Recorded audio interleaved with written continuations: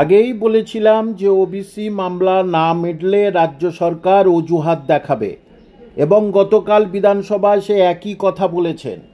অদ্ভুতভাবে এক নামী অ্যাডভোকেটের কাছে, যার সঙ্গে আমার সুসম্পর্ক, তিনি আমার কাছে পাঠিয়ে দিলেন যে কপিল সিব্বল নিজেই 18 তারিখে যে ওঠার কথা ছিল তার আগের দিন 17/2 কোর্টে বলেছেন, হুজুর 18 তারিখ শুনতে পারবো না, 18 তারিখ আসতে পারবো না, এরকম কোনো কথা সেখানে বলেছেন যে তিনি ওই দিন মেনশন করেছেন। এটা পরিষ্কার করে লেখা আছে, এটার পরে আপনারা দেখবেন।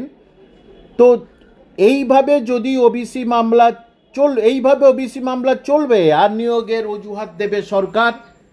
সুতরাং এই যে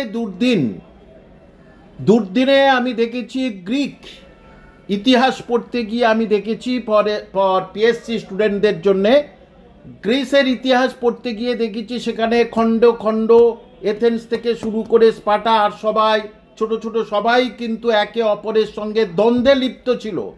কিন্তু যখন বিদেশি আক্রমণ হতো, ফরাসি আক্রমণ হতো বা পারস্য আক্রমণ হতো, তখন কিন্তু তারা কিন্তু সবাই আবার এক হয়ে যেত এবং এটা রোমের ক্ষেত্র পরবর্তীতে দেখা গেছে। কিন্তু এটা রাজ্যের ছেলে মেয়েদের জন্য কেন হচ্ছে না?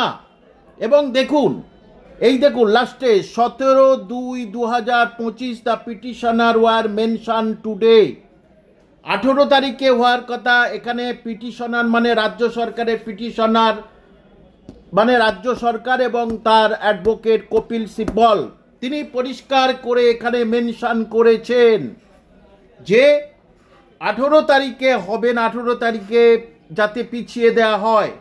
এইভাবে কিন্তু দিনের পর দিন পিছিয়ে দেওয়ার পিছনে একটা সরকারের অজুহাত আছে। অথচ মাননীয় মুখ্যমন্ত্রী কি বলছেন, আমি বারবার চেষ্টা করছি এটাকে আগিয়ে আনার জন্যে, তোমরাও উকিল লাগাও। এর পিছনে কিছু অজুহাত আছে এবং পিছনে কিছু চক্রান্ত আছে যাতে চাকরি না দেওয়া হয়। আর সেই জন্যেই আমি আমার পার্সোনাল ফেসবুকে পোস্ট করেছি, এবারে সবাই এখন দেখুন, এটা দেখতে পাচ্ছেন, এবারে সবাই এখন সব কিছু ভুলে যান। দুর্দিনে আপনাদের সবাইকে পথে নামতে হবে, না হলে সবার জীবনে আরো দুর্দিন ঘনিয়ে আসবে। অর্থাৎ এই করে করে 3-4 মাস গেলে ভোটের ডুগডুগি বেজে যাবে, তখন কিন্তু আবার বহুদিনের জন্যে এসএলএসটি তথা পিএসসি সমস্ত মামলা কিন্তু পিছিয়ে যাবে। এবং সে মামলা পিছিয়ে যাবে মানে কি, সেই সম্বন্ধে সরকার একেবারে উদাসীন থাকবে, কারণ ভোটে জিতে চলে এসেছি।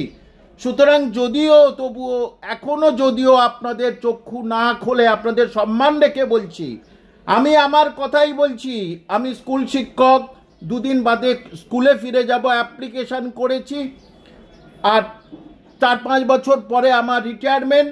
সুতরাং আপনাদের জন্য যদি কিছু করে যেতে পারি, তাই এখন সবাই